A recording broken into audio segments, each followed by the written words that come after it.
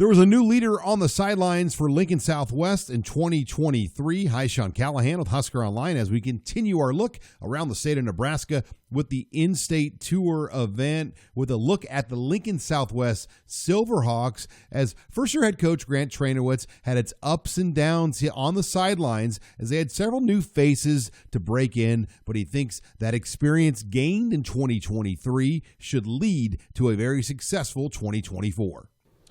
Learned a lot, actually. I tell my students and my guys all the time that, the first time you do anything is usually the worst time you do something, right? So, I'm a lot better this year than I was last year.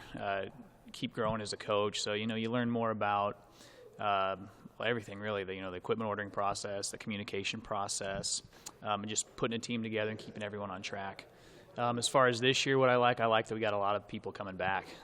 Last year, we had a lot of guys playing varsity ball for the first time, and almost everybody's back. So we're going to be senior heavy. We got a lot of seniors that are probably going to be a lineup, but a lot of seniors who have played. And there's really not anything we can substitute for that experience. The most successful teams we've had at Southwest have been teams that had a lot of experience come back that were senior heavy. So we're really excited about this year. And Lincoln Southwest will feature the top prospect overall in the city of Lincoln right now for the class of 2025, an athlete/wide receiver defensive back, Jackson Carpenter. This past year, we put a lot on his plate as a receiver. And so any doubts that he could handle a college playbook and all the nuances that go into receiver play, he can handle that. He's proved that last year. So football intelligence, his route running's improved a lot as well, and he's always been a big play guy, a guy who can make that tough catch in traffic down the field too. Just kept working on my speed, knowledge of the game. I've been focusing mainly on reading defenses, as you're playing and stuff, so know where the holes are and yeah. And when you look at the recruiting process right now for Carpenter, the two teams that really jump out are Nebraska and Kansas, but others are involved. I'm focusing on those two right now, but, door isn't closed yet, obviously. But, yeah, those two are leading the charge right now. I run really close with Coach McGuire, the wide receivers coach. I've called him a couple times. He's a great guy. It's always good to see Coach Foley down stopping by school. I run really close with all of them. They're great people and great coaches. And Carpenter continues to make big gains as you go back and just look at what he accomplished this past season. And it really jumped out on the track where he ran 10.75 as a sophomore. He's hoping to run much faster this year. Goals, obviously, hopefully win a state championship in one of them, but we'll see. Then on the line of scrimmage, Southwest will feature one of the top lineman prospects in the city of Lincoln and defensive lineman Cole Erickson. The 6'3", 235-pound Erickson has offers right now from both Northern Iowa and Grinnell. Well, a lot. As a freshman, he played quarterback and outside linebacker, so he's just, he's continuing to grow. And Cole's a guy who, there's a lot of players that are good, but he's a guy who really loves the game and invests so much into becoming a better player with his film study and just the workouts he does on his own. And he's a guy who brings teammates along as well. So he's really invested in not only his success, but the success of our team too. Spent a ton of time in the weight room this year, so I really focused on gaining weight, getting stronger. I stopped doing basketball this year to focus on the weight room, lifting. I went to a few camps and combines over the winter as well.